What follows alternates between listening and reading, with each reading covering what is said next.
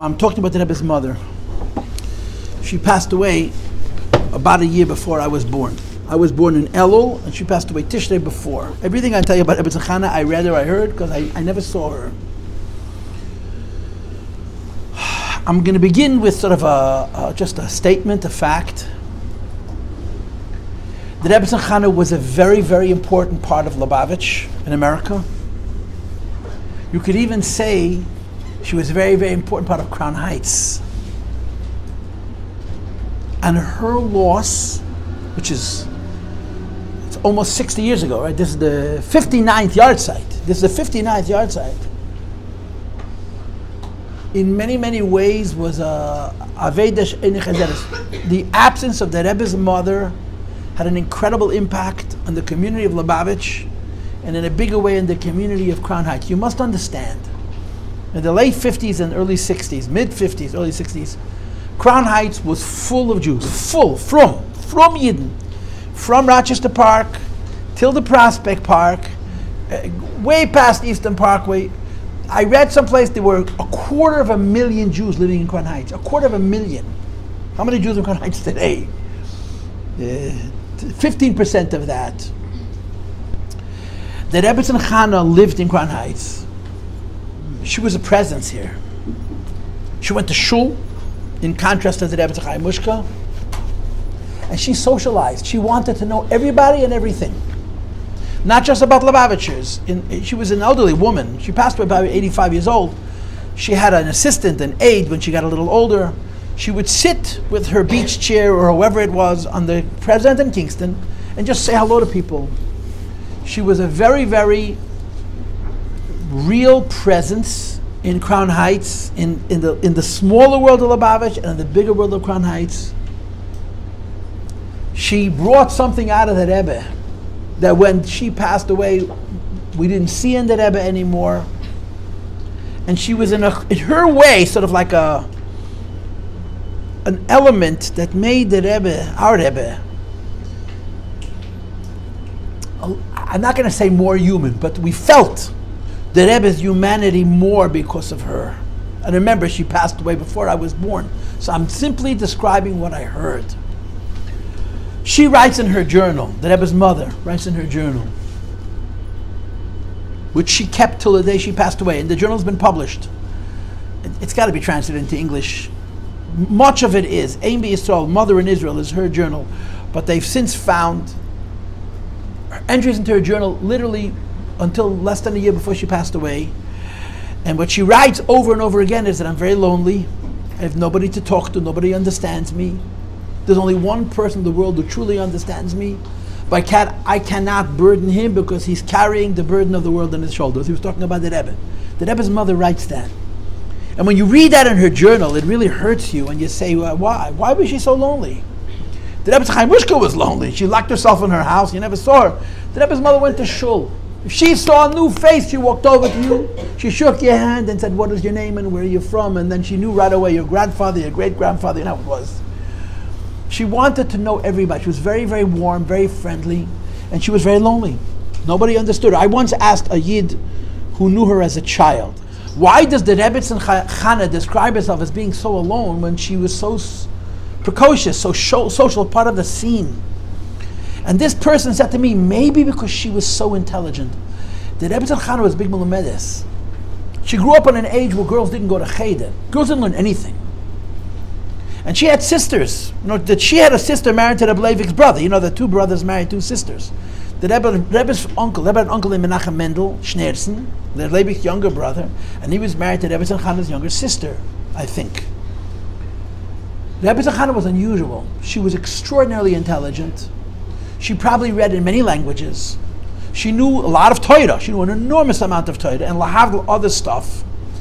And this is what this person, perhaps in that time, she had nobody she could converse with. She didn't find camaraderie. As much as she was involved in our community, she didn't find camaraderie. So that's from her angle, right? Now there's a shvur. This is a Teresh Baal Peh. This I didn't see, but I heard. Somebody said to me once that the Rebbe commented when his mother passed. I had one good friend and I lost her. About his mother. I had one person I could confide in, one confidant. The Rebbe, as you know, would go see his mother every single day, 7 days a week. He went to see his mother. The kibbud of aim that the Rebbe showed to his mother in America was really out of this world. And there was a bond between the Rebbe and his mother that went both ways, that was very deep and was very, very beautiful to watch. It was very, very, very beautiful to watch how the Rebbetzin prided herself in her son and how the Rebbe revered and honored his mother. And the old Crown Heightzers, people older than myself, remember the Rebbe going up Kingston Avenue every single day to go see his mother, going into the house and coming out of the house. All the shopkeepers on Kingston, between Eastern Parker and President, would stand at the door of their shops at 6 o'clock, and the Rebbe would walk by every day and acknowledge each one of them as they went to see his mother. And it was a part of Crown Heights, it was part of Lubavitch. And when the Rebbe's mother passed away, that stopped. That feeling, that sense of the Rebbe's family, in a weird kind of way, that it was like everybody else. He also has a mother, and he goes to see his mother. That ended. And again, I wasn't even born, but people say that Lubavitch was different when she was alive. The Rebbe mourned the loss of his mother unbelievably. He was an Oval for a year, and the sadness by the Rebbe was very overt. People say that the difference between the Rebbe's mother and the Rebbetzin Achei Temimim was that when the Rebbe lost his mother, on the outside he was very, very sad, but the long-term effects of it were less. When the Rebbe lost the Rebbetzin Achei Temimim, the Rebbe didn't show any aveilus. But the loss of the Rebbetzin you saw more deeply, in a lasting way on the Rebbe. That's what people have said. So today's her yahrzeit. Vav Tisha is her yahrzeit. The Rebbetzin Chana was a very big miyucheses. Her great-grandfather was a yid by the name of Rabbi David Lavut. Rabbi David Lavut was a chassid of the Tzemach Tzedek. He lived long enough to be a chassid also not only of the Rebbe Marash, but of the Rebbe Rashab. Rabbi Lavut was a Gaon Olam, was an incredible genius, an incredible Talmud Chacham. He wrote a number of Sfarim that are extraordinary. There's a sefer that he made, which I can't imagine how a human being can make it without a computer. It's called Beis Rivka. He made it himself, without any help of machines. Beis Rivka means he goes through every single pasuk in the entire Tanakh, and he finds you every single source in Gemara, in Medrash, and in Zohar, but that was made before him. Somebody made the Beis Adam before him, bringing the source of Gemara and Medrash, but he adds scores of Sfarim, from Rishonim and Achreinim, the Ramban, he brings a bunch of Chassidish Sfarim. The Bekiyas this man had, the kind of knowledge he had, and his ability to recall it. He goes through every single pasuk in Tanakh, and literally on every pasuk in Tanakh, he can have a paragraph at 40 or 50 makomis from all kinds of Sfarim, beginning with the Chazal. It's, if anybody wants to prepare a shir, that's a home run. You have the base out of it, stuff. You don't need anything else. You have to just buy the books that he refers to. Shalah, Kisvei Arizal. It's amazing how much this man knew and how easy he was able to recall it. And he made basically an index of mefarshim on every pasuk in Tanakh, from Bereshis till Malachi, and every single quote, every single time that pasuk is quoted in maybe, 100 Sfarim. It's an extraordinary piece of work. But he's most famous for his Siddur. The Rebbe's great-grandfather, Avraham David Lavut, printed a Lubavitcher Siddur. The Lubavitcher Siddur was made by the Alter Rebbe, as you know. Alter Rebbe wrote a Nusach. Avraham David Lavut was a big chassid and a very big Talmud Chacham, and he made a Siddur which is called Siddur Torah Oyer. The Siddur Torah Oyer is also called Shar HaKoilel. There comes along with a sefer called Shar HaKoilel. In this Siddur, Rabbi Avraham David Lavut, first of all, he organizes the prayers in a way that you don't have to turn pages. You know, the old Siddurim, you had one Shmoneh Esrei, you had to turn pages. When I was a kid growing up, Shabbos, for Moedim, for Itzei and Moedim and Valkulam and Chalachayim and Sim Shalom, you had to go to the weekday. They wanted to save paper. He made a Siddur where everything is printed in the right place. He had it, he had verschiedene Sachen. And he made a Sefer Shar HaKoilel. He was the first person to study the Alter Rebbe's Nusach and to explain the nuances in the Alter Rebbe's Nusach. I had a teacher, so Gezunzain, who told me that he remembers that if Fabrengen, the Rebbe raised a certain question in Siddur, and he said, here I'm disagreeing with my grandfather. because his Elter Zayde, Avraham David Lavut, wrote in his Siddur an explanation for something that the Alter Rebbe wrote, and the Rebbe said, I disagree with him, I have a different reason. He made a very, very important sefer on the Alter Rebbe's Nusach. Today there's quite a few from the Alter Rebbe's Nusach, but he was the first, called Shara Koil and Siddur Torah. He was Meidach Yomim, Rav Amda was Meidach Yomim. I don't know the specifics, but when he passed away, he left in his tzavah that his Rabbonis should be left for his grandson. His grandson was Rebbetzin Chana's father. His name was Rebbe Shleima, I think they were Leviim Yanovsky. In other words, Rebbe Avraham David Lavutz, it was either his daughter's husband or his son's daughter's husband. I think it was his daughter's husband. You can look these details up, I don't know. When he passed away, there was none of his sons available or qualified to be Rav, and he asked that his Rabbonos should be given to his grandson, Rebbe Meir Shleima Yanovsky, who was Rebbetzin Chana's mother. He was a Rav in a city called Nikolaev, which is a history unto itself. Rebbetzin Chana was born in Nikolaev, she grew up in Nikolaev, she got married in Nikolaev. The Rebbe was born in Nikolaev. Nikolaev is in the Ukraine. Nikolaev was in a region where the Middle Rebbe got from the Russian government a huge plot of land, into Kherson it was called, to give Chassidim Parnosa, being farmers. And the Middle Rebbe, a long time ago, almost 200 years ago, relocated 2,000 mishpachas of Chassidim to the Kherson, and he sent them a Rav. Nikolaev is the big city which is right near the colonies of the Kherson, as they were called, and the Nikolaev Rav was always a Lubavitcher Chassid. Rabbi Avraham David Lavut, the Rebbe's great-grandfather, was the Nikolaev Rav. When he passed away, Rebbe Meir Shleima, the Rebbe's Chana's father, succeeded him as the Rebbe of Nikolaev. She grew up in the house of a Rav. She grew up in a very important house. Her father was a powerful man, a big Talmud Chacham, and a big Chassid. As far as I know, her shidduch was made by the Rebbe Rashab himself. The Rebbe Rashab proposed Reb Leivik, or as Chassidim used to call him, Leivik, for the Rebbetzin Chana. They got married. I think the Reb Leivik was born Reish Lamed Ches. I don't know when she was born, Tav Reish Mem. They got married a little bit after the Frierdiker Rebbe. Frierdiker got married at 17, they got married a little bit later. Reb Leivik was 2 years older than the Frierdiker Rebbe. I think he was 20 when he got married in Tav Reish Nun Ches. When they got married, as was the custom in those days, they moved into her parents' home. Reb Leivik and Rebbetzin Chana got married. They didn't get an apartment with furniture and whatever it was. They got a room in the Yanovsky household. That's how it was. Girls got married young.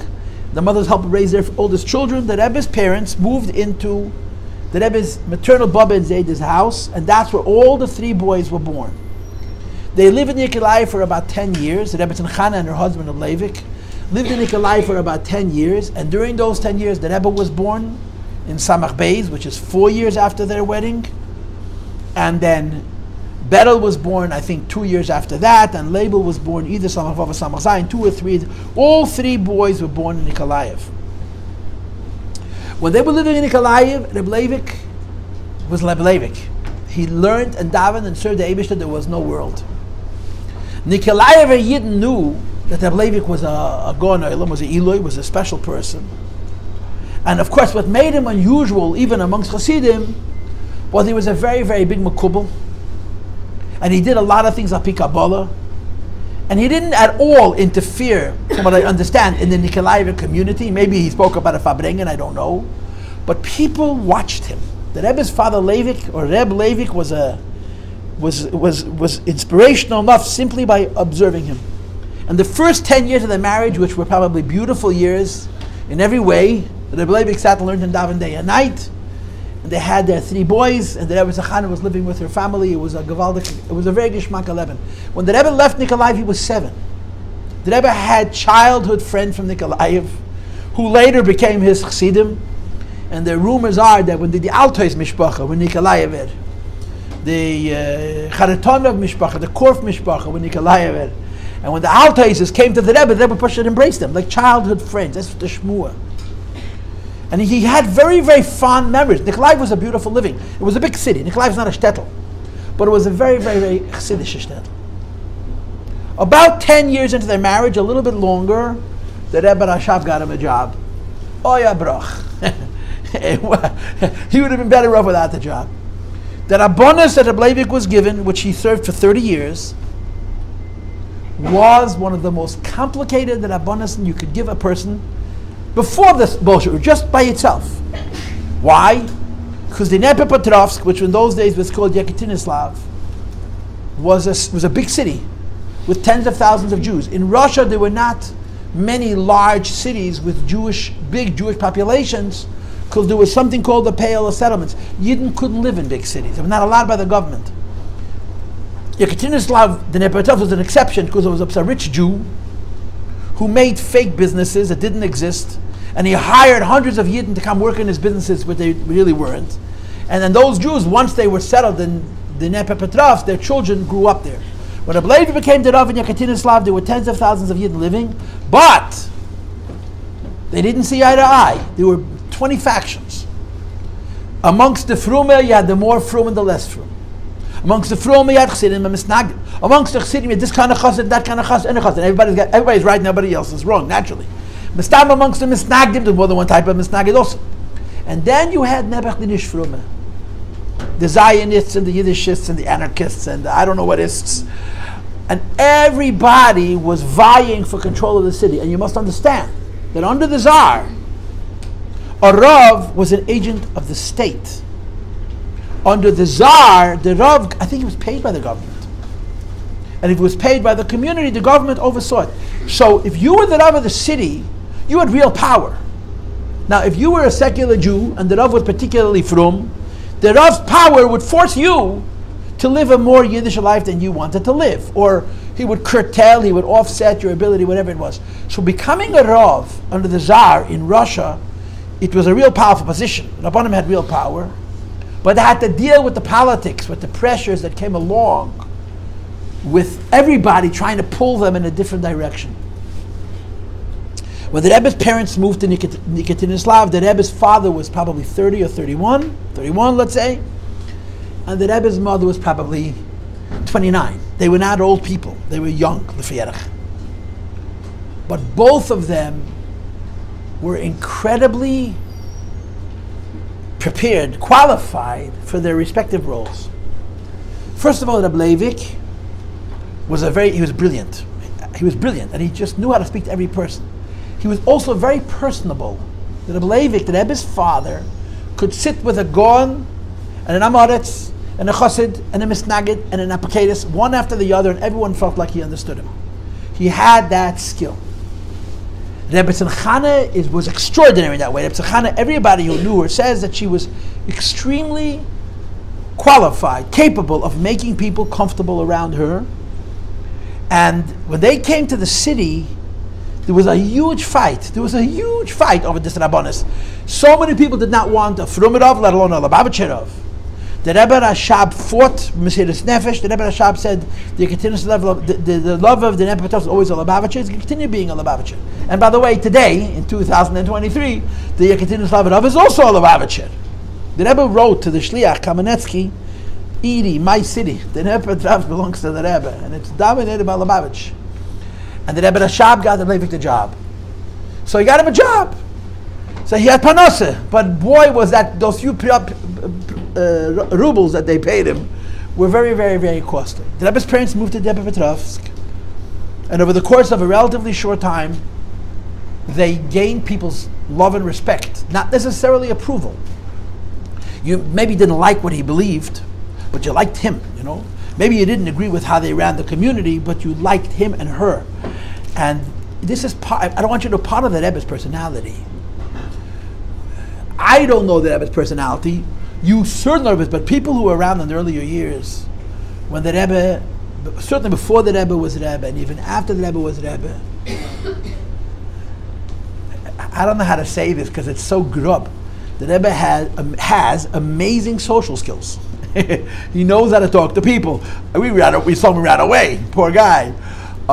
Literally, we saw the Rebbe ran away. But people who were not afraid of the Rebbe, in quotations, the Rebbe had his mother and his father's skill at talking to every person, eye to eye. You never felt that the Rebbe talked down to you. The simplest person and the biggest genius, you all knew that in the Rebbe's presence were all pygmies. The Rebbe had an incredible ability to include people in his world in a way that they felt very comfortable. And b'derech hateva and da'as tachtein, Both of his parents had those traits. Now, of course, life in Yekaterinslav in the beginning was beautiful. They had a huge apartment, a very large apartment. They had different bedrooms for each one of the boys. They had these 3 kids who were bookworms. They were geniuses. The Rebbetzin Chana used to say she had to fight with the kids. They should eat. They should eat. Took little children, 8, 9, 10 years old. And she wanted them to have their own space so they could do their own thing. I mean, we know some stories about the Rebbe and the Rebbe and his brothers going to Cheder, the Rebbe and his brothers having a Malamed, but they did a lot of learning on their own. I mean, the Rebbetzin Chana, most of the stories we know about the Rebbe's childhood are A, true, and B, the reason they're true, and we know them is because the Rebbe's mother told them over. The boys had a competition in the house to learn new languages. And they would learn a language from a dictionary, which not how to read it, how to speak it. Which means, you look in the English dictionary, there's comments, patach, tzedei, seglish, shvachel, kubet, chulik, melupim. You know what I'm talking about? In an English dictionary, there are these funny signals that mean how you're supposed to, but we don't even know what those things are, yeah? The Rebbe and his brothers, using Russian translated dictionary languages, had a competition how fast they could learn a language.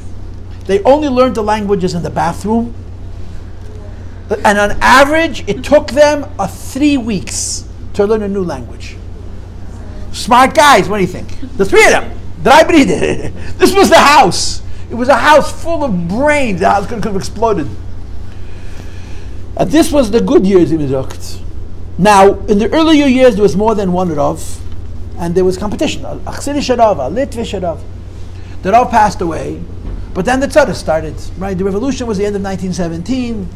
Yekaterinslav is near the bottom, it's in the Ukraine, so the revolution reached there in the early 20s. They took away half their apartment. They cut the apartment in half. And they made their lives very, very uncomfortable. And the Rebbe's parents now became the de facto leaders of the Jewish people of all of the Ukraine. When the Frierdiker Rebbe lived in Russia, Rebbe Leivik was in the Ukraine, and the Rebbe Leivik was not a Rebbe, he was a Chassid, but Rebbe Leivik really was the unofficial Rav Rosh of the Ukraine, and he stood like a rock against the Soviets, like a rock. For principle, he fought for all kinds of issues and values, and the Rebbe's mother supported him. Their life became very, very difficult, and they became difficult personally. I'm sure it became difficult materially. It certainly became difficult because of the constant fear. And it also became difficult because there were so many needy people. So many people needed so many things. And the Rebbe's parents tried to help people as best as they could.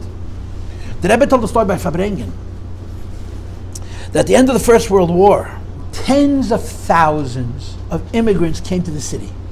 Tens of thousands of immigrants. They were running away from the front. I don't understand why, but it was the end of the war. The war ended in 1918. The immigrants didn't arrive in 1914, 15 when the war started. They arrived in 1918. And some of them would stay into the early 1920s. Peilish Yidden. And the Rebbe said, I never saw my father like this, my mother like this, before or after. She became the leader of a huge organization that had many subcommittees that provided every immigrant, all of them, room, board, clothing, education for children when needed, medical requirements, and it was all done b'chavod. The people who came into the city, who were dependent, felt treated with respect. And the Rebbe says, my mother was the head of the committee, of all the committees. She oversaw the provisions for all these towns of thousands of people. I never saw my mother acting in such a big leadership role as I saw during those few years. We know from non-frum sources that people describe their being immigrants in Yekaterinslav, and what these people describe is that the Rebbe's mother and the Rebbe himself and his brothers being actively involved in helping all these immigrants. So the Rebbe's parents became Askanei Tzibur. They became very, very, very much public servants, helping people. That's what they did. Now, I got to stop, but I just want to sort of finish on a different note. The Rebbe's father was the Rav. And he did not double duty, he did 10 times duty. He was the Rebbe of the community, he worried about all the needs of the community, he paskin shailis, but he also was a chassid. So there was the Chassidische Yekaterinslav, the Lubavitchers, Befrat, and the Chassidim, Bechlal, and he would make fabrengens, and he used to kiss of gatherings, and there was a duality to the Rabbanis. He was leading the community. The rumor is, and I think it's more than a rumor, the Yekaterinslav have many shuls. Reb Leivik davened in the biggest city, in the biggest shul in Yekaterinslav. It wasn't a Lubavitch shul, it was an Ashkenaz shul. There are people say that the Rebbe would do things during davening, which are not min Chabad, that you could see, that were from his childhood. The Rebbe grew up, the Rebbe davened in an Ashkenaz shul, and in Ashkenaz shul, at the end of Yahalalu, you sing a whole paragraph, before you put the Sefer Torah back in Musaf. You can watch the videos. The Rebbe is not just saying, he's singing a whole song. The Rebbe would repeat what he did as a young man when he davened in a non-Lubavitcher shul in Yekaterinslav. The shul where the Rebbe's father was Rav had a chazan and a choir, Rosh Hashanah Yom Kippur, you understand? And again, I heard this from somebody, and reliable is that the Rebbe and his father and his brothers would discuss the quality of the chazanas and the quality of the choir. We have a record of a man whose name was Yeshaya Shor, who was 14 years old, and he was in the choir in the shul where the Rebbe's father would daven as Rav, and he had a beautiful voice, and apparently he had a solo, and the Rebbe's brother Label liked him so much because of his singing, they became personal friends, and they made friends for the rest of their lives. So you have to try to imagine this in a bonus in a very realistic and a very, very down-to-earth way. I need to stop now. I will continue this with the seminary Aleph. If anybody wants a second recording, ask.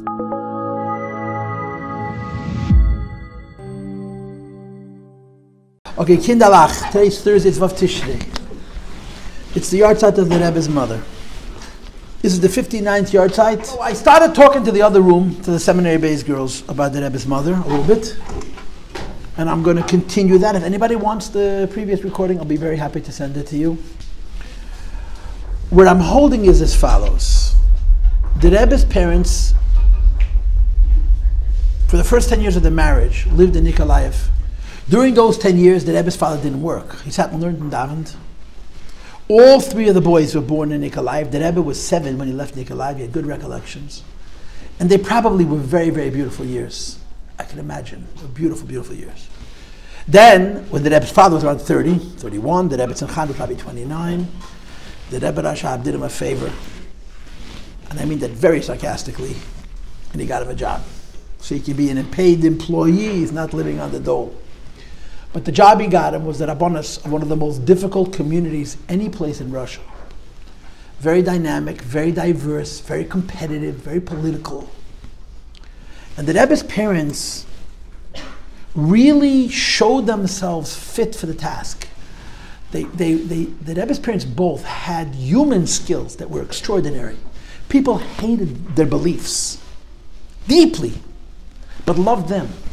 And people would say they kept the Rebbe's father alive. Many Rabbanim went to jail a lot before 1939. How come the Rebbe's father wasn't arrested until 1939? I'm sure there's more than one reason. Reason number one, because he was too prominent a person to put in jail, it would be too much noise. But reason number two is because the agents of the KGB who were supposed to arrest him would come in the afternoon and tell the Rebbetzin Chana, tonight Leivik shouldn't sleep at home. So they came to arrest him, he was away. Now it just worked out that every time they came to arrest him, Punk that day he was away, because the same guy who was coming at night to arrest would come in the afternoon and let them know he's coming tonight, you understand? This was the kind of love-hate relationship that Rebbe's parents had. They were remarkable. The KGB would say to them, not the whole KGB, one guy, Yiddish Chevra man, would show up and say, he wouldn't say we're coming to arrest you, he'd say, Heindel Leivik nicht schlafen in der Ring. Today Leivik shouldn't sleep at home. So he didn't. It happened, I think it happened more than once. I think it's true. I mean, these are things that I heard. Again, I said I never met a woman, but that's what they say.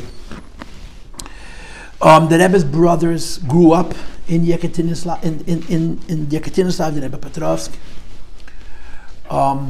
I guess by the time the Rebbe was 18 or 20, probably 20, the Soviet Union's grip and terror reached Yekaterinslav. Yekaterinslav is the very bottom of Russia. It's the Ukraine. The revolution started in the north, in Leningrad, Petersburg.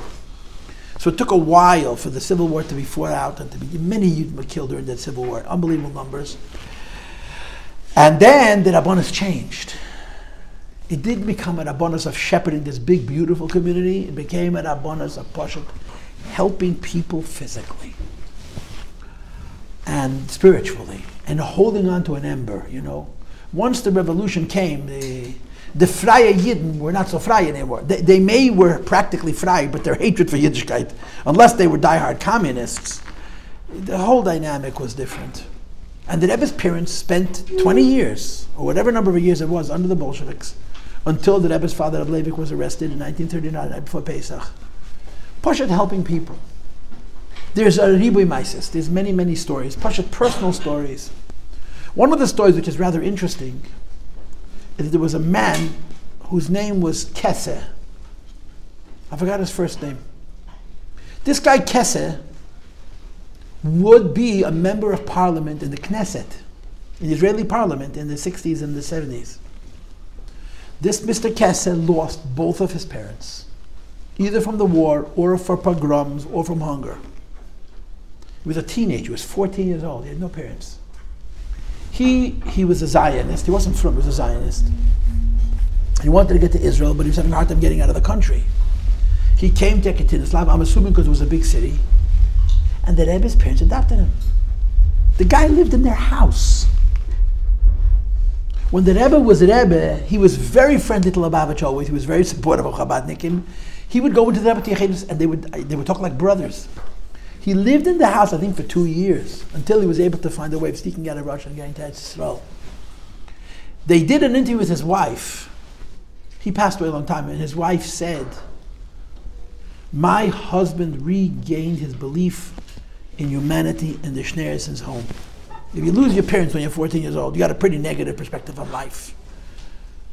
The Rebbe's parents gave him back optimism. They made him look at the world as positive because they were so kind to him. That's just one story. And there are hundreds of stories like that, where they helped people. You know, sometimes it was gashmias, food, a job, a place to sleep, a place to hide. And very often it was ruchnias. If someone wanted to make a bris or a chasana, there were interviews with Russian men and women who knew the Rebbe's parents as children and as young people in Yekaterinslav, and they were interviewed by Jem. If you watch Jem, you've seen these videos. A woman said she was a girl, and she was probably from in Russia. I don't think she was particularly from here in America, but she remembers the Rebbe's mother's home. Her office was the kitchen. All the women who were in the close-knit circle would gather in the kitchen every day or from time to time, and they talked about people. Not gossip. So-and-so needs this, so-and-so needs this, and so-and-so lost this, and so-and-so lost that. And they would sit and strategize how pasha to help people. If someone wanted to learn to make a kosher chasana or a bris or a mitzvah or a havla, and these people watched the Rebbetzin Chana and the Rebbe Leivik shepherd a community during very, very difficult years and do everything in their power possible to help people. Pashat, everything in their power possible to help people. One of the, I guess you would call the bittersweet moments of their life, of the Rebbe's parents, we're talking about the Rebbe's mother, right? This is not a class about the Rebbe, this is about the Rebbe's mother, is the fact that their sons left Russia. The Rebbe left Russia to get married. The Rebbe left Russia because he was meant to be the son of the Friedrich Rebbe. The Friedrich was forced to leave Russia, he had to leave Russia. And the Rebbe left Russia together with the Friedrich Rebbe. There is a shmua, there is a rumor, and by the way, Mr. Rumor can say whatever he wants and he gets away with it, but Mr. Rumor spread a rumor saying that the Rebbe once told his mother, the Rebbe once said to his mother, I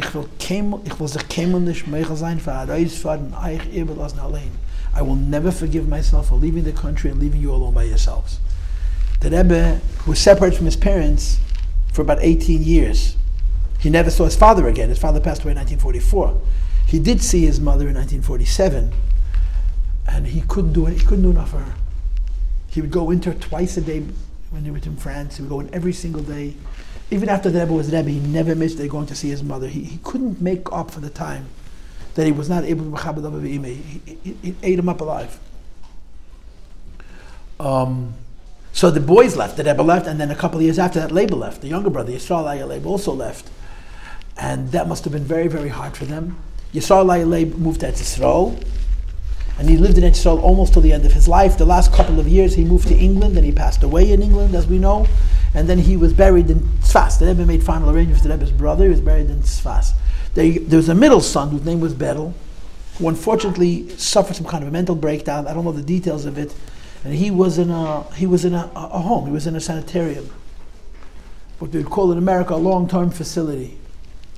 And there's documents which have not been published, where the Rebbe's parents had an opportunity to leave Russia. Rabbi Castell always tells me he was supposed to be the Rabbi Rashi of Boston. He's a Bostonian, so he always said. The Rebbe's father was offered the Rabbanus of Boston, and there was a possibility that the Soviet Union would let him leave because he was being offered a job outside the country. So he wasn't just leaving to run away, he was going to another job. And they applied to leave. And they never acted on it. So when they arrested him in 1939, they asked him many questions. One of the questions they asked the Rebbe's father was, you made all these plans to leave the country, you applied to move to America, why didn't you move? And the first to them it was because you wanted to undermine the government. And the Rebbe's father said, because they would not take our son, and we were not going to leave him behind. That was the answer. The Rebbe's parents could have left Russia, but America was not going to take Berel, and they were not going to leave behind, so they stayed in the Soviet Union, and ultimately the Rebbe's father, Rebbe Leivik, paid with his life. So the departure of the boys must have been very painful to them. Very, very, very painful. Chachafilu, having your son married to the Frierdiker Rebbe's daughter, was an unbelievable covenant. And the Rebbe Leivik used to boast, ich bin der Edim, ich bin der Machon, I'm the Machon from the Lubavitcher Rebbe, and then he would say a little bit in spite, and a little bit to shtech the Lubavitchers. And I'm the father of the next Rebbe. And when you would say that, they wanted to kill him. That's like the worst thing you say. Every Rebbe lives forever, every Rebbe is Mashiach, but the Rebbe Leivik, and I'm the father of the next Rebbe. There's evidence that the Rebbe's father made that a condition of the marriage, that the Frierdiker Rebbe agreed that the Rebbe would be the next Rebbe. I don't want to talk about that story at the moment. What I do want to describe to you is the wedding. The Rebbe's wedding was delayed about a year. Frierdiker Rebbe left Russia after Simchas Torah. How old was the Rebbe when he got The Rebbe was 26 and a half, and the Rebbetzin Chaimushka was 27 and a half. The Rebbe's birthday is in Nisan, her birthday is the end of Adar. They're a year and 15 days apart. The Rebbetzin is 1 year and 15 days older than the Rebbe, something like that. Younger? Older. The Rebbetzin is older than the Rebbe. Oh, no, the Rebbetzin was older. The Rebbetzin Chaimushka is older than the Rebbe. One of the reasons the Chasna was delayed because there was no money to pay for the wedding. Another reason the Chasna was delayed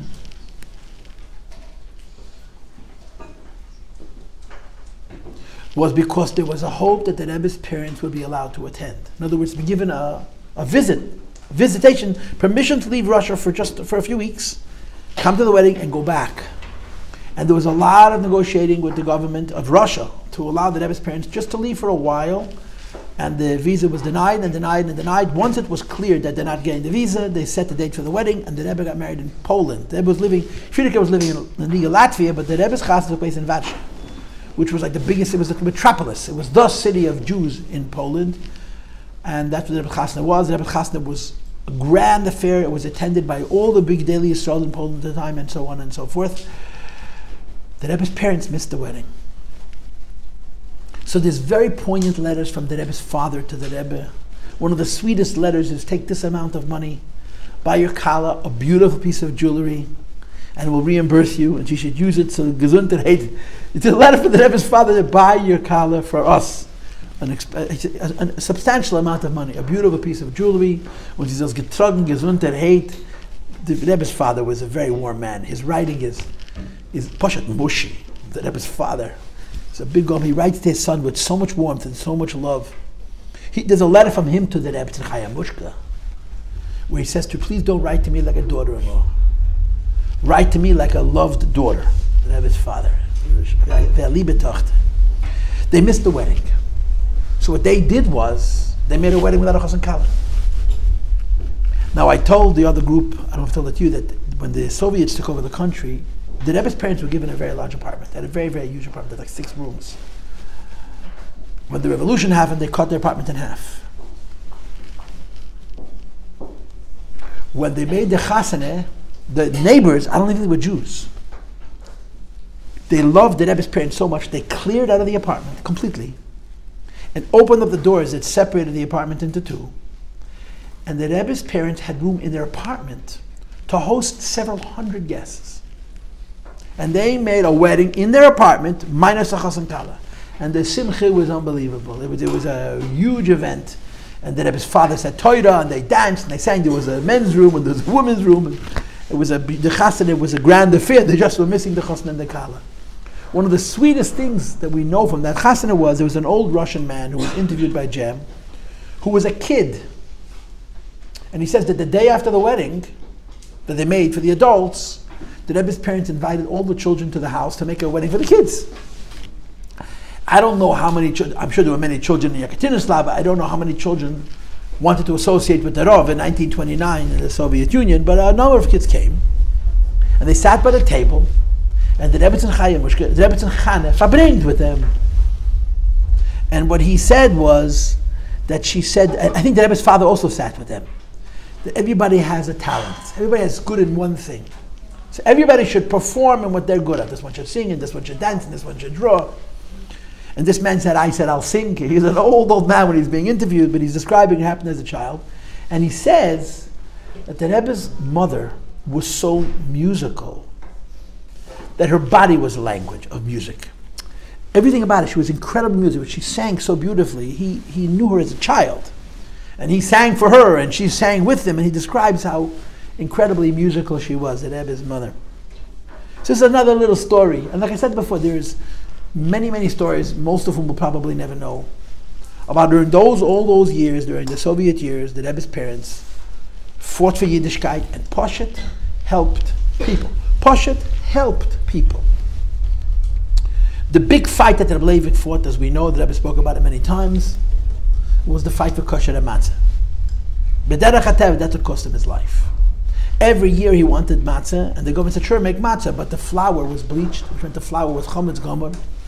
And Rebbe Leivik would fight to get flour which was not bleached. And one year they gave him flour that wasn't bleached, and it was delivered in a car that had a hole, and it rained. So he wanted another batch of flour, and now the government had enough. You need flour, gave you flour. You didn't like the buy, you want again? He went till Kalinin. Kalinin was the president of the Soviet Union, not the prime minister. The prime minister was Stalin in right? Kalinin was a good Meshuggah, he was a goy.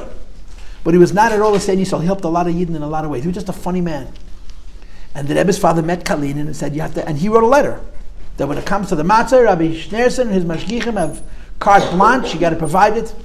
And they punished him for it. He was arrested Tes Nisan, a week before Pesach, and B'derech HaTeva, his arrest had to do with the fact that he fought for matzah.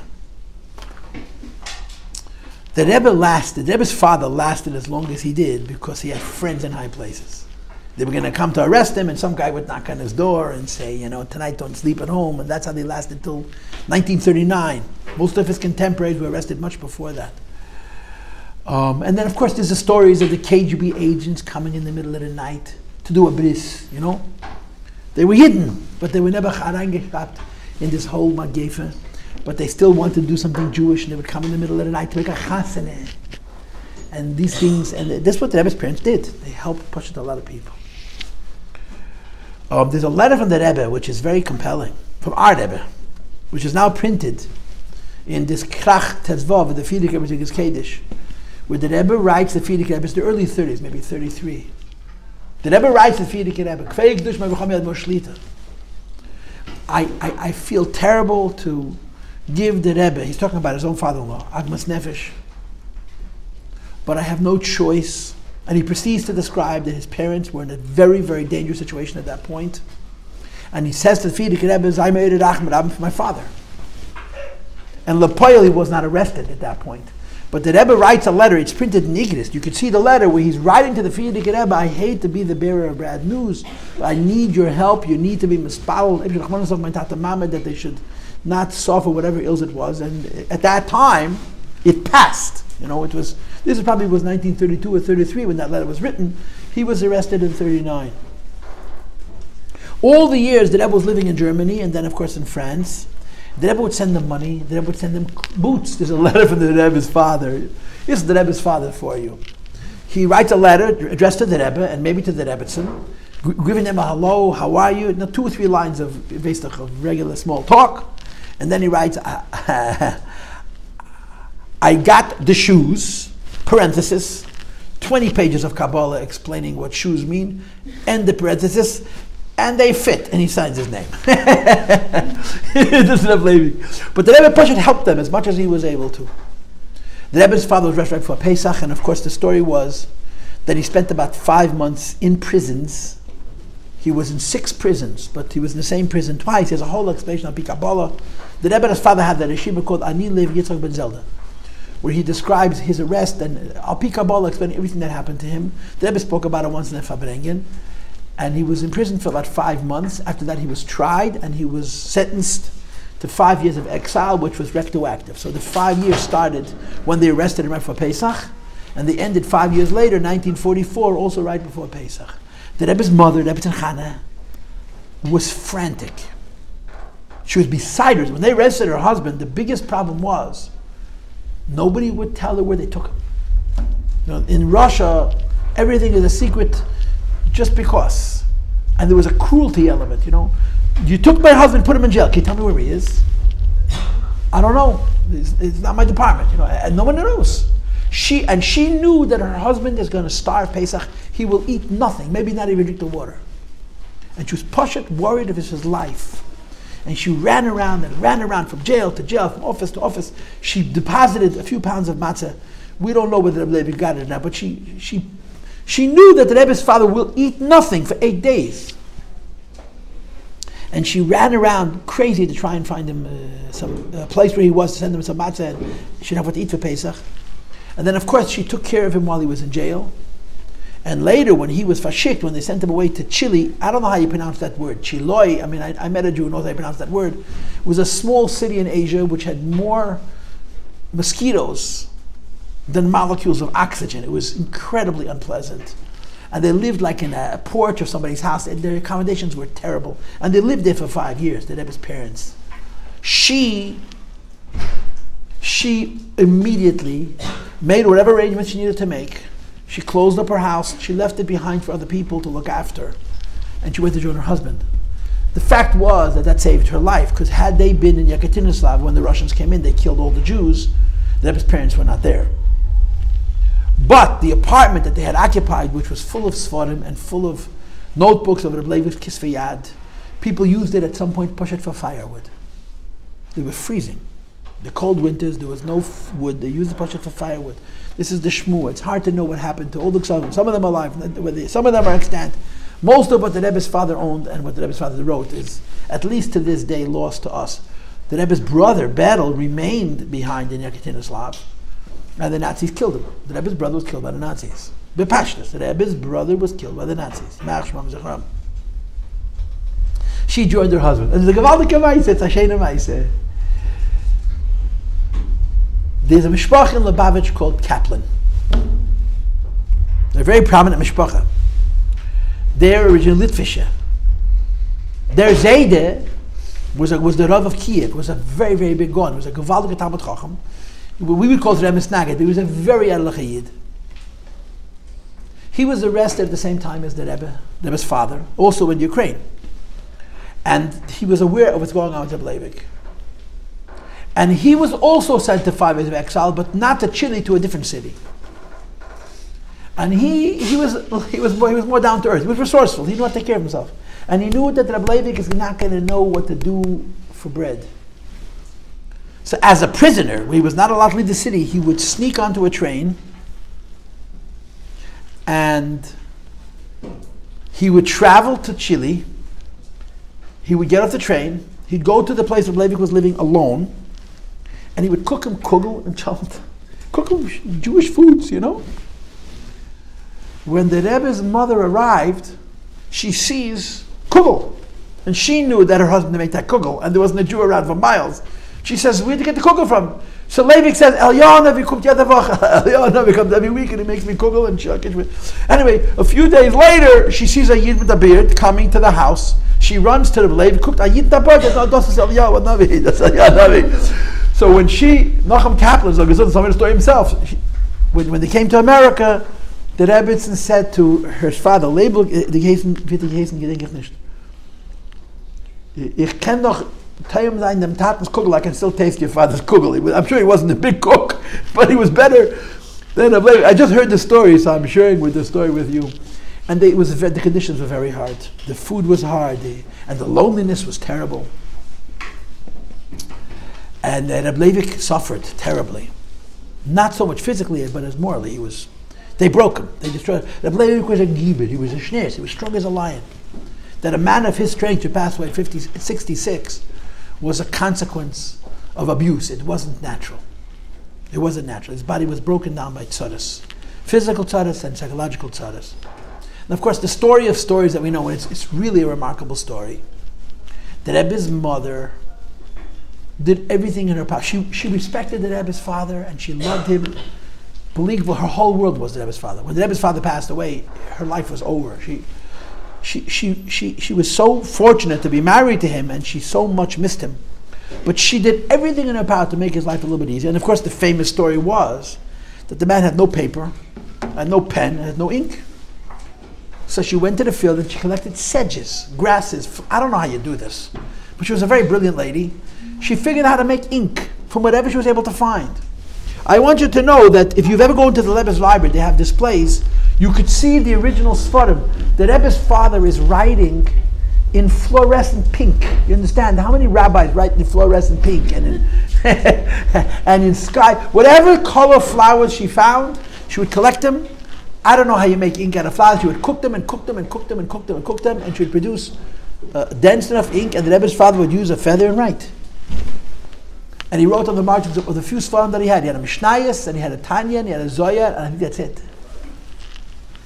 She kept those few books with her, and she left Russia with them. And the whole time she had one concern, that the letters shouldn't fade before she gets to her son.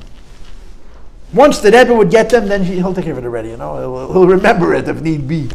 But she was very, very afraid that the ink, she made ink herself, but she wasn't a professional ink maker, you understand? She was sort of, but the ink survived. The ink fine it's over 80 years. You could read the writings of Rabbi Levi on the sun. They put it on display. I've seen it.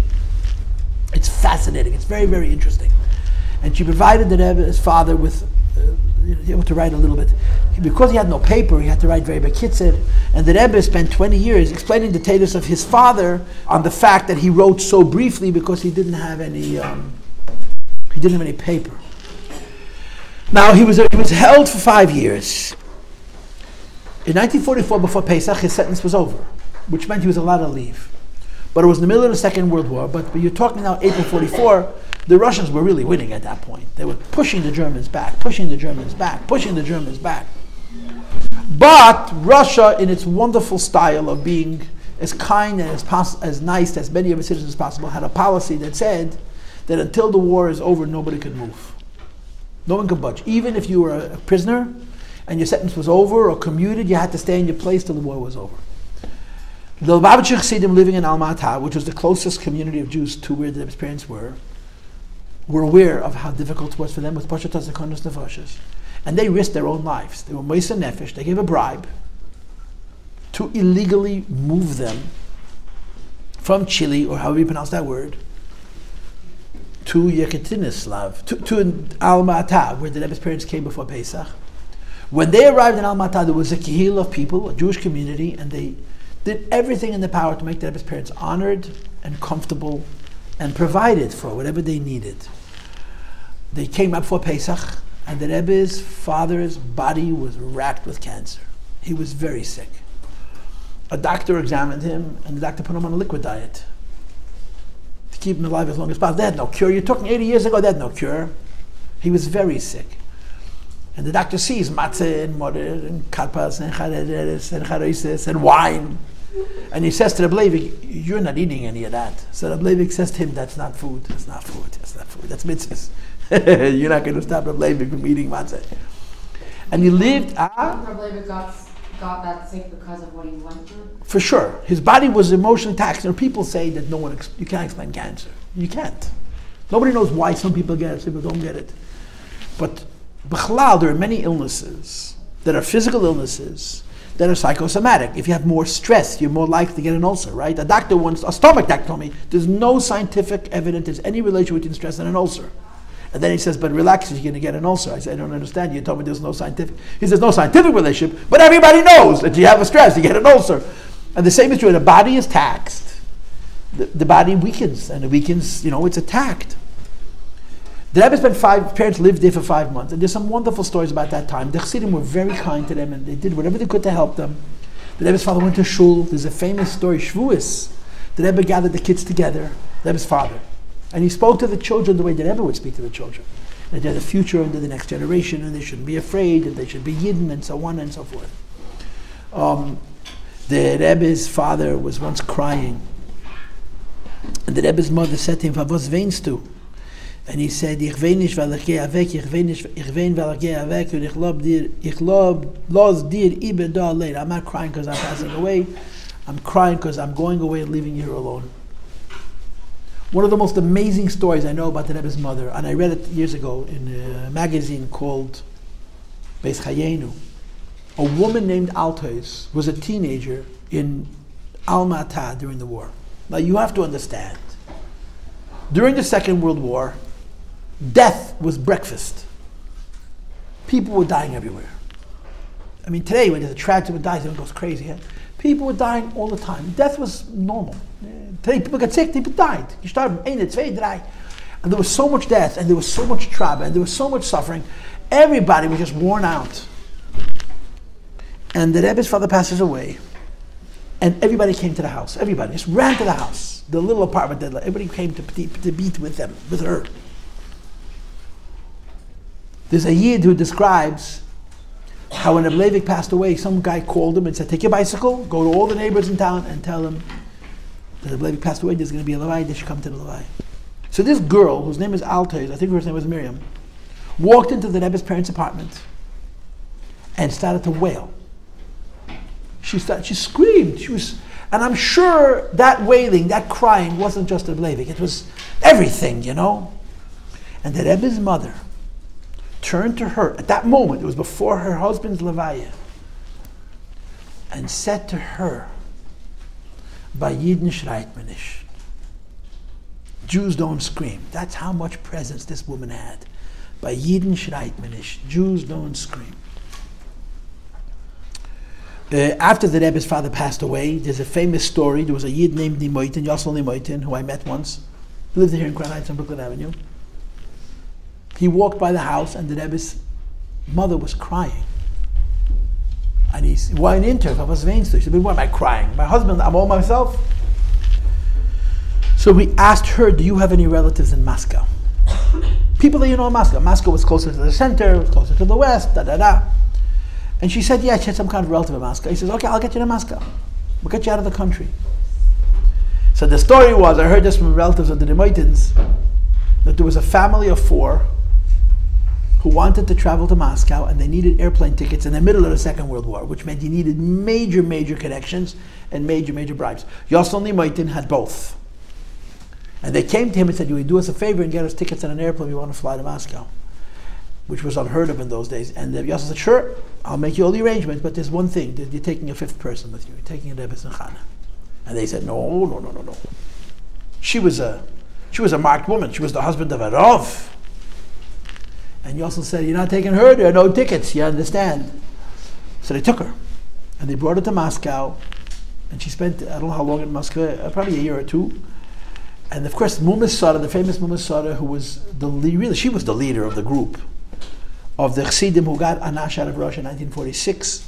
You heard the names of Mendel Futterfass, Leibel Mochkin, Yena Paltavid, a few others who were Meisa Nefesh.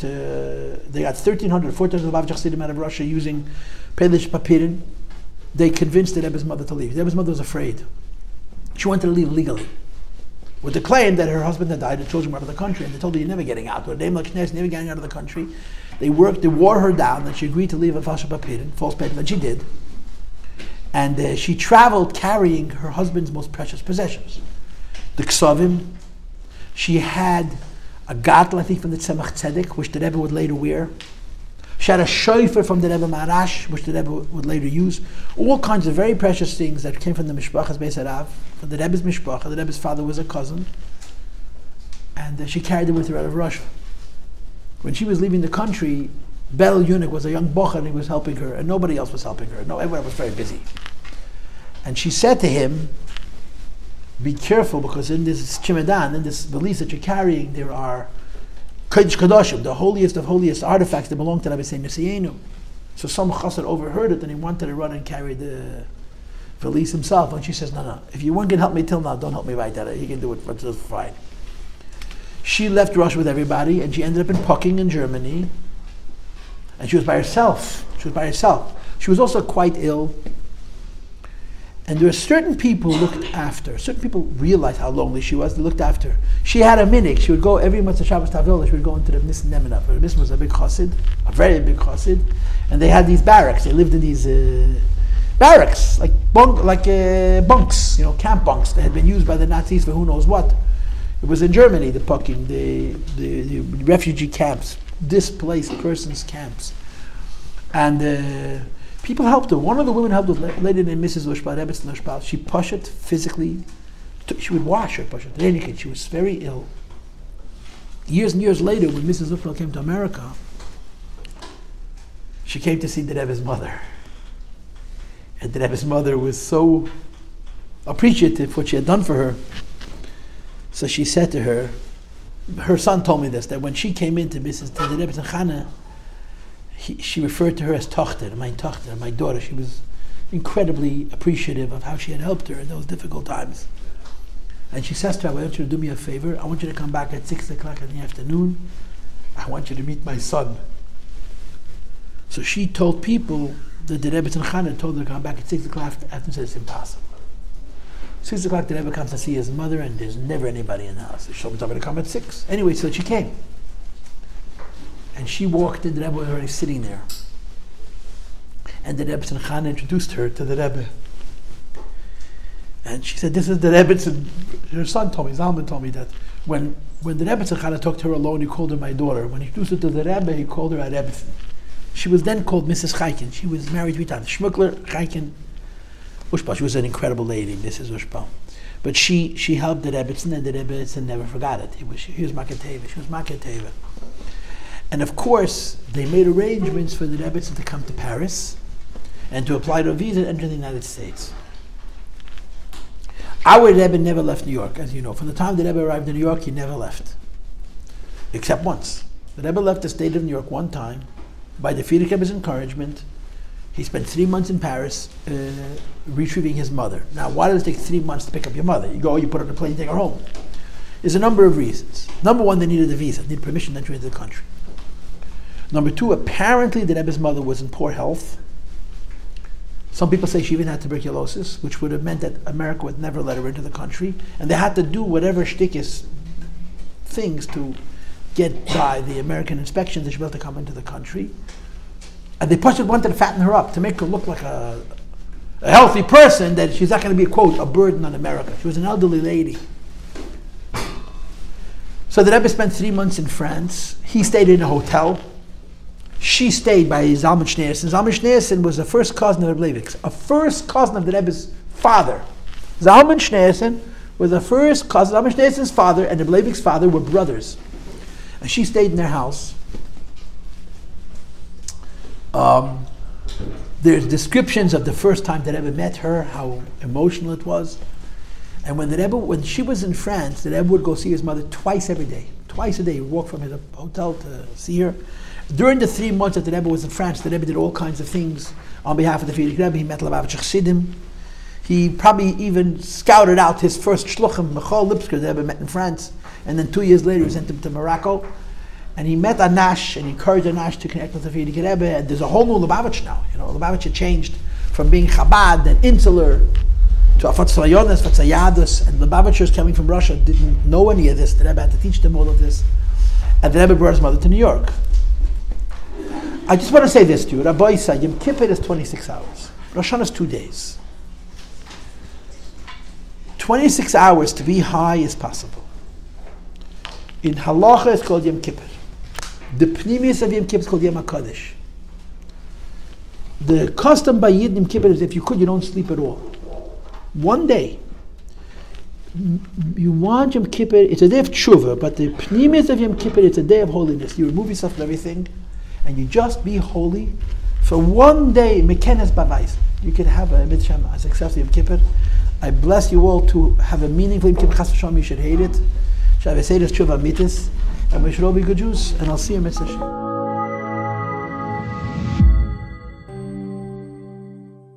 Okay, hello, thank you for coming to my house, to Freda's house. Today is the yard site of the Rebbe's mother, Rebbetzin Chana. The Rebbe's mother was a very intelligent woman. She was very well educated. This is a time that girls didn't go to school at all. She was taught at home. She was very smart.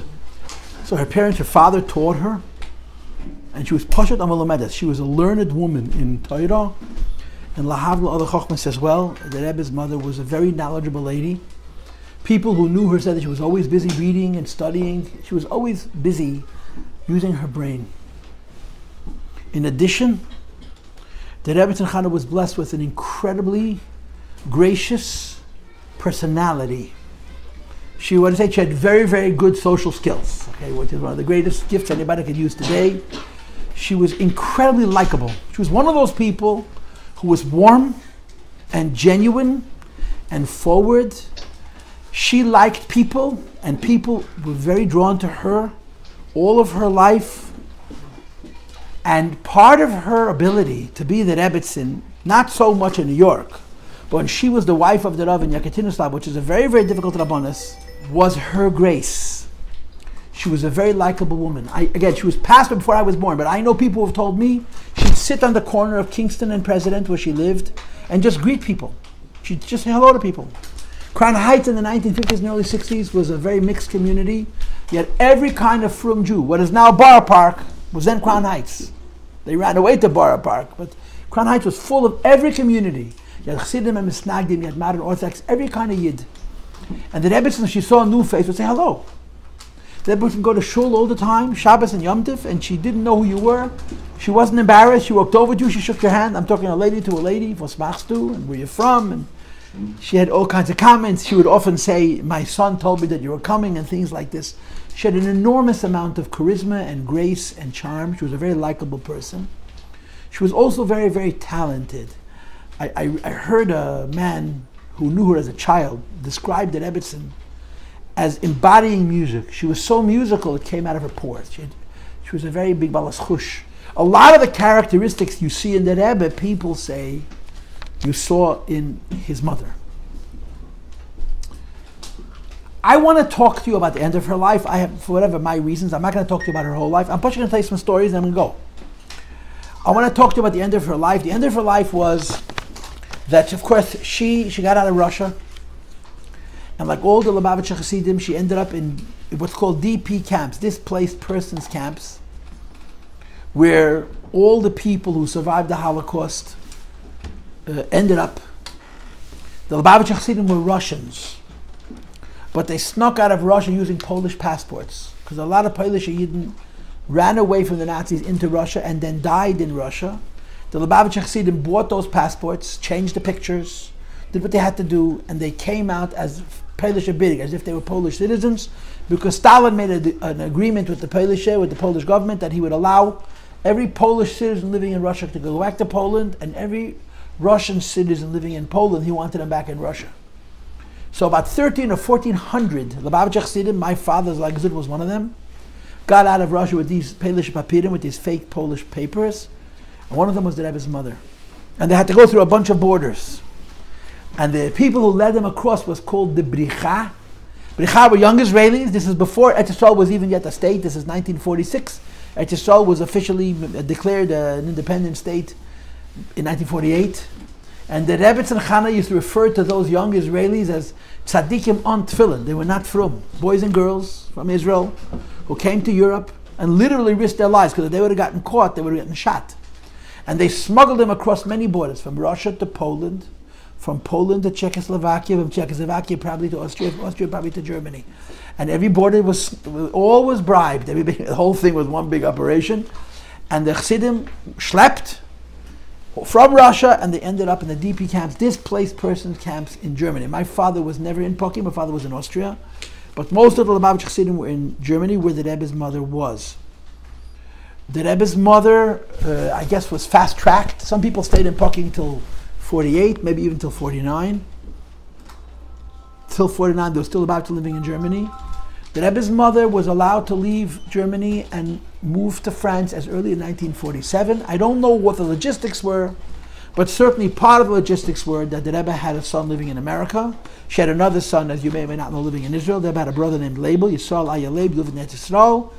The way the story goes is that she actually wanted to move to Israel and live with her younger son, but the then British mandate, who had jurisdiction over Israel, would not let her in. So the plans were changed, and it was decided that she should move to New York and join the Rebbe.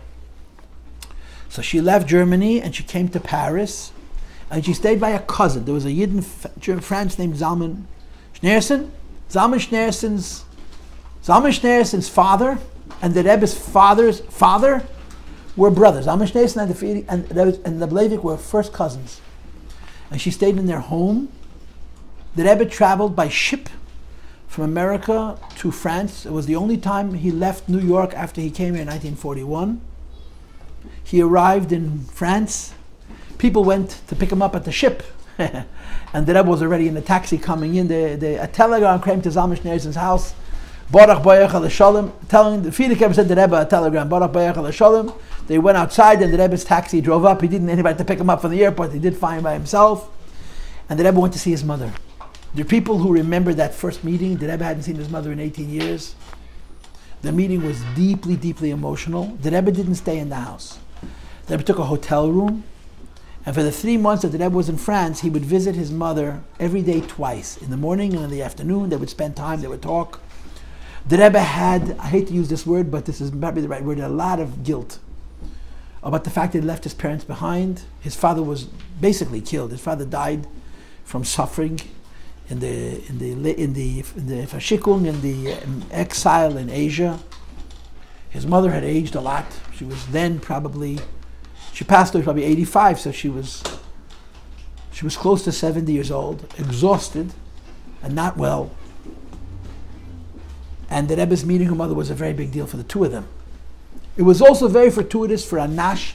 The Lubavitcher Chassidim were also coming from Russia and were beginning to think about starting normal lives. They would come to France, and then from France they would go either to Israel or to America. And some of the Chassidim went to England, some of the Chassidim went to places in Europe, some of the Chassidim went to South America, some of the Chassidim went to Australia. And France was sort of the stopping stone, and a lot of people got to meet our Rebbe, who was then called the Ramash. He wasn't yet the Rebbe when the Rebbe came to see his mother. One of the interesting stories is that there was a man, I think he was a lawyer, he was an attorney, and he was involved in helping people get papers. And one day a man walks into his office and says to him, "I'd like you to help my mother get into the United States in an oifen v'zol zayin on bittul Torah. I want you to learn in America in a way that's not going to cause me to waste time for my learning." This man was a frum Jew and very learned, but no one would ever come to him and say, "Help my mother get into America, it shouldn't cost bittul Torah." He was taken aback, and the Rebbe says, "I learn every minute, and the more you can expedite my mother's coming into America, the less time I'll have to spend on it, and I'll be able to learn Torah, and that'll be your schus." This man was very impressed by this, and he helped the Rebbe. When the Rebbe was a Rebbe, he would come to Fabrengens, and the Rebbe would always bring him up on the dais and honor him for the fact that he had helped his mother get into the United States in the kind of way that it didn't take a lot of the Rebbe's time. He did the work for him. And I'm going to skip. There's a lot of details and a lot of stories. Bottom line, they spent about 3 months in France from before Pesach till after Shavuos, and they came back together to the United States of America. There were a few Bacharim who had an idea. The Rebbe was not the Rebbe yet. He was just the son of the Frierdiker Rebbe. And said, "You know, the Rebbe, the Ramash is coming with his mother. Let's go to the shipyard. Let's be makabel upon him." They knew that it would mean something to the Rebbe, that when he came with his mother should see that the Chassidim were coming to greet them. So they went to the ship. One of those Yungamait was a Bachar named Berel Baumgarten, a very famous Chassid, who's deceased now also almost 50 years, 45 years. And they came to the shipyard, and when the Rebbe and the Rebbetzin got off the ship, they were there to be makabel pneim, and the Rebbe was very, very happy. And he told them, "Thank you for coming." And the Rebbe brought his mother to Crown Heights. I don't know what the arrangement was, but the Rebbetzin took her own apartment. The Rebbetzin took an apartment. Her first apartment was on Kingston and St. John's. It's past Eastern Parkway. People know where she lived. The house still exists. And I think initially she actually boarded by a woman. She took a room in someone's house. Later on, she took an apartment in 1418 President Street, which is now the boys' dormitory. It's on the corner of Kingston and President. And one of the stories that goes around about why the Rebbetzin moved is because the Rebbe would go visit his mother every day. And please don't try this yourself because you're not a Rebbe. The Rebbe would cross Eastern Parkway in the middle of the street, and he wouldn't hesitate and he wouldn't look, he'd just walk. And the cars would screech and beep. And in 1949, the speed limit in Eastern Parkway was not 25 miles an hour, it was 50 miles an hour. And there was 3 lanes in both directions. There was no turning lane. And the cars were flying, and they just ran across the street. And every day there was nissim that the Rebbe got across the street without getting hurt. And the Rebbe's mother said, I cannot stomach that my son is doing something so reckless. And of course, she told him that maybe he should go to the corner and wait at a light and cross like a normal person. They would just cross the street. So the Rebbe said, I want to move to the other side of Eastern Parkway so there won't be on me that my son is crossing Eastern Parkway. So she took a apartment. As Ayy said, that she moved to President in Kingston. She was there the last few years of the Frierdiker Rebbe's life. She was always welcome in the Frierdiker Rebbe's home. She probably ate all the meals of Shabbos there. She certainly ate the meals of Yom Tov there. I don't know if you've ever seen the inside of the Frierdiker Rebbe's apartment, but the Frierdiker Rebbe's apartment has a very large dining room where the men sat, and there's a dinette. There's a kitchen, and there's a separate room for the dinette where the women sat. And once the Rebbe's mother came to New York, she was welcome in that home. She also ate in the same dira with the Frierdiker Rebbe, while the Rebbe was in the other room with the men. When the Frierdiker passed away, there was a big issue about who should be the next Rebbe. The Rebbe's mother, first of all, she knew what was going to happen. And second of all, she was the Rebbe's #1 fan. She was on the Rebbe's team, you know what I'm saying? The Rebbe's mother. You must understand that before the Rebbe got married, she had already spoken with the Frierdiker Rebbe about the Rebbe becoming a Rebbe. The Rebbe's mother was told by her husband, the Rebbe's father, go to the Frierdiker Rebbe and talk about the Shidduch and talk that the Rebbe is going to be the next. When the Frierdiker Rebbe passed away, people came to the Rebbe and they said, your mother discussed it before you got engaged, that you're going to be the next Rebbe. And the Rebbe, he didn't say it wasn't true, he simply said, but the Frierdiker Rebbe never told me. So she was very, very behind the team that was trying to get the Rebbe elected as a Rebbe. What's weird is, we have her journal. The Rebbe's mother, Rebbetzin Chana, kept a diary, a journal. She makes no reference, not to the Frierdiker Rebbe passing away, not to all the politics of who's going to be the next Rebbe, and not even to the fact that the Rebbe becomes Rebbe. It's not recorded. She didn't write a word of it. And I think she understood that people would later see her journal, and so she was careful not to write things down that she didn't want people to know. But she was so proud of the Rebbe. And she was so happy that her husband's wish that the Rebbe should be a Rebbe materialized, and she was a very proud mother. The Rebbe Chana was a very, very proud mother. One of the more compelling stories, I think, is that the Rebbe, our Rebbe, was like a clock. Even I remember this. If the Rebbe walked into shul for davening, which was 10 o'clock, and the clock said 9:59, the clock was wrong. Every time. If the Rebbe was supposed to come into Fabeng at 1:30, and the clock said 1:31, the clock was wrong. The Rebbe was prompt to the minute. It's not normal. I'm telling you it's not normal. The Rebbe was exactly on time. The Fabrengen that the Rebbe scheduled, which he said his first Maimah Basi Lagani, and he announced that he's becoming a Rebbe officially, was called for 8:30. The room was packed. You couldn't walk. You couldn't get a spintle into that room. And the Rebbe showed up 9:20, almost an hour late, which was very out of character to the Rebbe, especially in those days. Where was the Lubavitcher Rebbe? Why did he come 50 minutes late? His maiden Fabrengen as a Rebbe. And the answer is he was talking to his mother. On Yud Shvat, Tafshin Yud Aleph, before the Fabrengen, the Rebbe went to see his mother. The conversation took apparently longer than the Rebbe expected. Nobody knows what the conversation was like. I suspect, and I don't know, that the Rebbe's mother had messages for the Rebbe from the Rebbe's father, who was not zeicha to see this. And the Rebbe came almost an hour late to his maiden Fabrengen because he was spending time with his mother. And it reflects how deeply connected the Rebbe was to his mother and how much she was a part of the beginning of the Rebbe's Nesias. She always wanted to know what's happening in 770. She came to shul. Every Shabbos she came to shul. Yom Tov she came to shul. As she got older, it was harder for her to walk, so she came less frequently, but she came to shul a lot. Girls, I'll give you an illustration for this, okay? You know how 770 looks? I hope the answer to that question is yes, yeah? 770 on the Eastern Parkway side, it has what they call, I don't know, 3 shuls or 4 shuls. I don't know how many you count. The very, very back, the last shul where the balcony is, yeah? You know what I'm talking about, the last shul? So when you go into that last shul, you go down 2 steps and you make a right. The wall is on a 45-degree angle. It's not a right angle. It goes like this. Remember? You know why that is? That was Mizrach. And that was the Rebbe's mother's spot. That was the front of the shul way back when. When they built the first shul, that was the end of the shul. The whole big shul was one room. And they made the women's section on an angle so the Rebbetzin Chana's chair, instead of facing the front, was facing sideways, so she could look down and see her son. The angle in the Vaibishul that's still there, Adayim Hazeh, was built for the Rebbe's mother to look from her seat at the Rebbe, her son. And the Rebbe very frequently would look up at her and she would look at the Rebbe, and there was something very special going on between them. I'm sure you've all seen the beautiful chair the Rebbe had. There was a red chair with red upholstery. The Rebbetzin Chana had an identical chair with velvet of green. That was her seat. Just like the Rebbe had a chair, they made a matching chair for the Rebbe's mother, and she sat in shul. The crazy thing is, the day she passed away on Shabbos, Vav Tishrei, Pashas Azinu, a candle fell over, and it caught fire, and the chair was burnt to ash. The day she passed away, by tzaddikim, sometimes they take their stuff with them. We don't need to have it. The day she passed away, a fire fell over, a candle fell over, the chair caught fire, was destroyed. There's no zecher of that chair.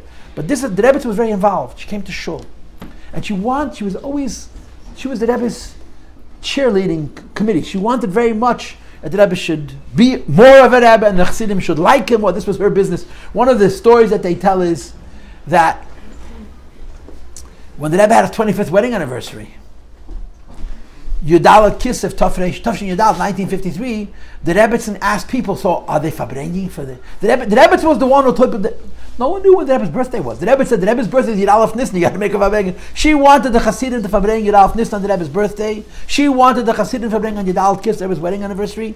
And when the Rebbe had his 25th anniversary, she asked people, who was there fabrenging? They said, yeah, this Chassid's fabrenging, that Chassid's fabrenging. Lepoil, the Rebbe fabrenged himself. Someone knocked on the Rebbe's door and said, my uncle was involved in your shidduch. My uncle never collected shatchanos. He was killed by the Nazis. I want to have shatchanos now. So the Rebbe says, what do you want? He says, I want to fabreng. So the Rebbe went into the shul, he fabrenged. After the fabrengen, as was his custom, he went to see his mother.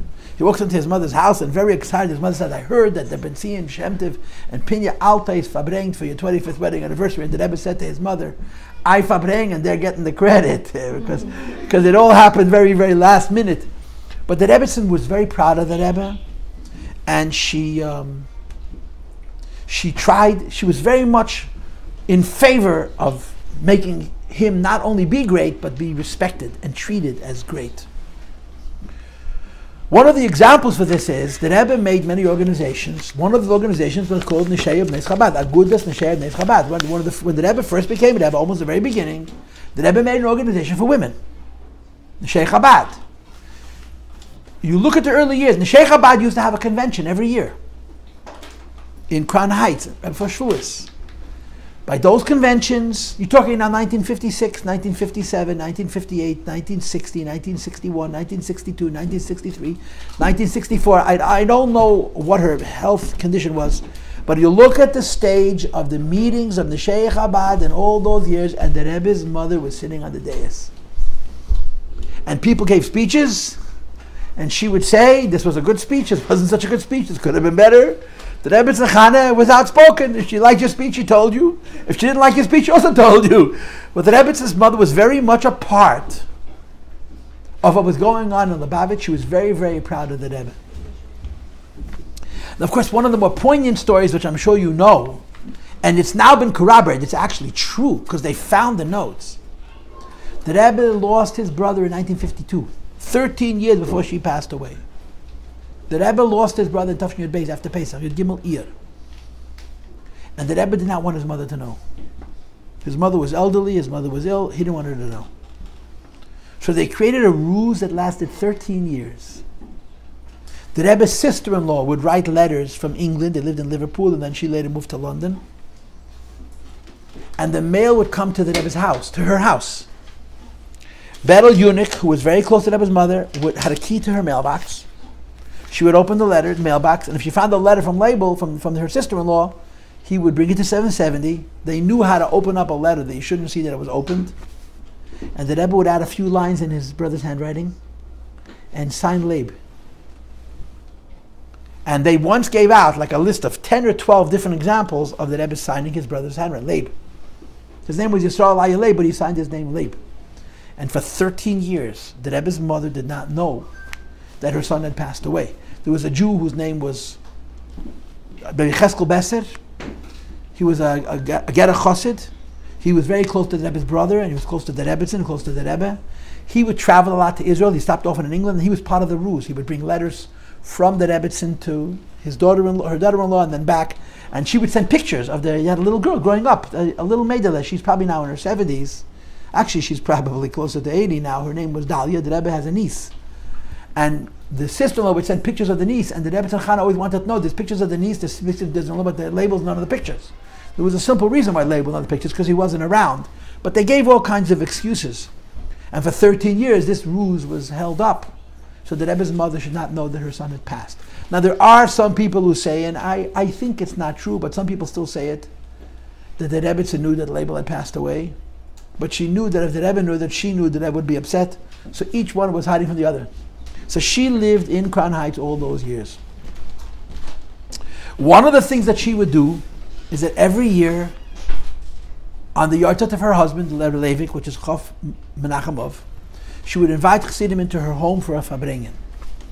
And they would come, they would sit, she put food out on the table, she sat with them, and she would talk about her husband. People would speak. Every year she did this on the yahrzeit. I think she also did it on the Rebbe's anniversary, Dal Kislev, but she certainly did it on the yahrzeit of her husband. So there's two stories about those farbrengens. One of the stories was, there was a Yid, a very, very special chassid, whose name was Shmaryo, Nocham Shmaryo Sasonkin. There may be Sasonkins in the room, they can go by many names now because there's so many generations. Nocham Shmaryo was an Adam Gadol, he was a Tomim, a big Rav, he was a Choshev Yid. And he knew that the Rebbe's mother is angry at him. For years, she was angry at him for years, for decades. Why was she angry at him? Because he learned in Lubavitch in the 10s. And in those days, if you had a yeshiva and you wanted to do fundraising, the Bocharim themselves would fundraise for the yeshiva. They were the best lawyers, the best advocates for yeshiva with the Bocharim. So the Bocharim would go around raising money. Shmerel Batumer, also Shmerel Sasonkin, went around to raise money, and he came to Yekaterinslav. Reb Leivik was the Yekaterinslav Alav. He was a Lubavitcher Chassid. He was in Lubavitch all the time. His children, the Rebbe and his brothers, were never in Lubavitch. But Reb Leivik visited the Rebbe Rashab quite often, and everybody knew him. And they called him Leivik. It wasn't Reb Leivik, it wasn't Rav Reb Leivik, it wasn't a Tzaddik, it was Leivik.